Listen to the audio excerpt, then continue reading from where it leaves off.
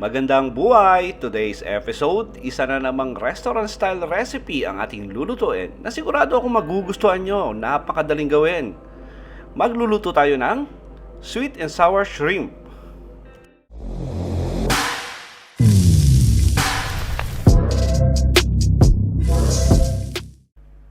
At umpisa muna natin sa pag-marinate at pag-coat ng ating hipon. Yung ating hipon, lagyan na natin to ng black pepper powder at ng asin. Tapos gagawin natin dyan ay haluin natin ng maigi. And by the way, tinanggal natin yung kulay itim na parang sinulid sa likod ng hipon. Tapos lagyan natin to ng cornstarch at isang pirasong itlog. Tapos haluin natin ng maigi. And I do suggest huwag kayong maglagay ng maraming cornstarch kasi pag maraming cornstarch yung hipon nyo, chances are pag hinalo nyo dun sa sauce natin, sobrang lapot ng sauce. Tapos gagawa muna tayo ng ating sweet and sour sauce. Half cup of tomato ketchup, half cup of pineapple juice, tapos lagay tayo ng isang kutsaritang lemon extract, lagyan natin ng brown sugar, asin, black pepper powder, at saka konting soy sauce. And by the way, para sa kumpletong listahan ng ingredients at tamang timbang, sinulat ko po sa description box. Haluin lang natin ng maigi to. Tapos, set aside natin.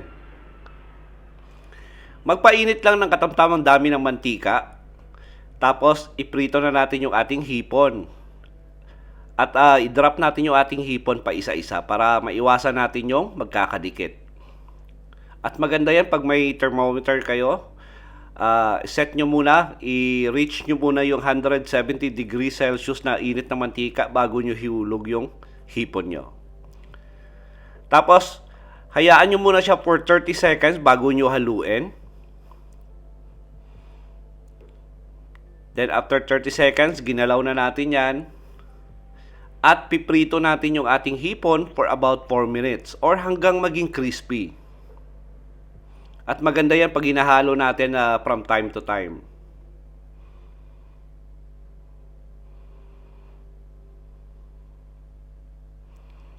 Tapos pag okay na, gagawin natin dito, hango lang natin. At maganda yan pag na-drain natin na maigi para matanggal natin yung excess oil.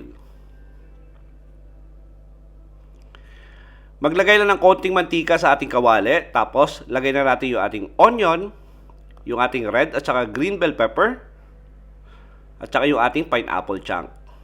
Stir fry lang natin to for about 20 seconds para magkaroon ng wok flavor yung ating sweet and sour sauce. Diba, napakasimple lang ng ating recipe pero pang restaurant style. Hindi mo na kailangan pumunta at umorder ng sweet and sour shrimp. Nako, napakamahal pag nasa restaurant. Lagay na natin yung ating sauce. Tapos bring to simmer lang natin to. Moderate flame lang yung gagamitin natin. Ngayon, pag nag-simmer na yung ating sauce, lagyan natin ng thickening agent or tawag natin dito ay cornstarch diluted lang yung ginamit natin. Yung ratio natin yan is 1:1. Lagay tayo ng 3 kutsarita. Gradually yung pagkakalagay natin para hindi mabigla yung ating sauce. Tapos haluin natin. At maganda yan, yung texture ng sauce nyo ay free-flowing kasi yung ating hipon meron siyang coatings. So pag nalubog siya dyan, na-soak yung ating fried shrimp, chances lalapot pa yung ating sauce. So nilagay na natin yung ating fried shrimp, haluin lang natin saglit, siguro mga few seconds lang, at pwede na natin to ilipat.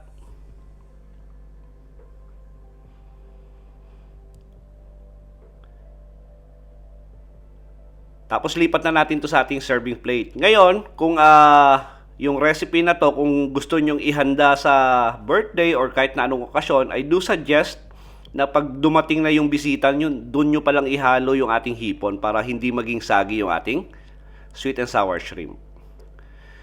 At sigurado po akong nagustuhan nyo yung recipe natin sa araw na to. Please like and share this video.